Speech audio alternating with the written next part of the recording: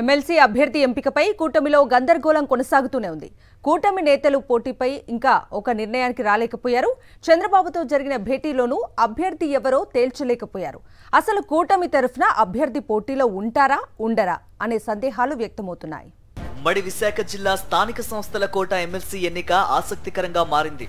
ఎన్నికల షెడ్యూల్ వచ్చి 15 రోజులు దాటినా కూటమి అభ్యర్థి ఎవరో తెలియని పరిస్థితి నెలకొంది. అభ్యర్థి ఎంపికపై సీఎం చంద్రబాబు కూటమి పార్టీల నేతలతో సమావేశమై చర్చించారు. అలాగే 2 సార్లు కూటమి నేతలు సమావేశమయ్యారు. ఈ 3 భేటీల్లో అభ్యర్థి ఎంపికపై ఏమీ తేల్చుకోలేకపోయారు. గండి బాబ్జీని పోటీకి దించుతారని తొలుత టీడీపీ నేతలు ప్రచారం చేశారు.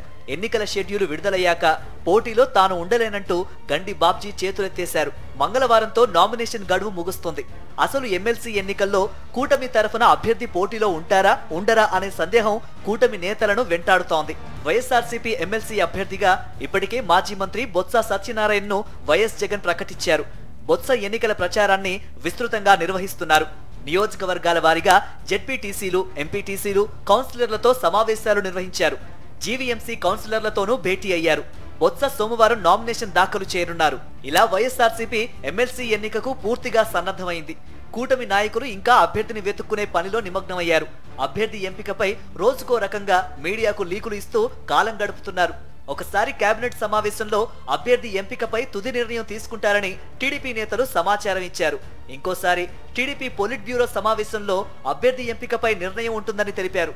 అయినా ఇంకా అభ్యర్థి ఎంపికపై గందరగోళం కొనసాగుతూనే ఉంది.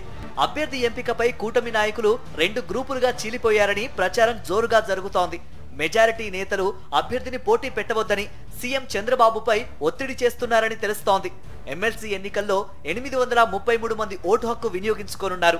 వైఎస్ఆర్సీపీకి 620కి పైగా ఓట్ల బలం ఉంది. కూటమికి 200 మంది సభ్యులు మాత్రమే ఉన్నారు. ఇలాంటి పరిస్థితుల్లో పోటీకి దూరంగా ఉండటమే మంచిదనే అభిప్రాయాన్ని కొందరు కూటమి నేతలు వ్యక్తం చేస్తున్నారని తెలుస్తోంది.